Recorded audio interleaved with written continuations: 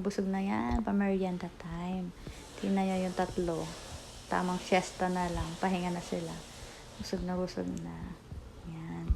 So, malapit na naman tayo magbenta, mga kaorig. Pera na naman to.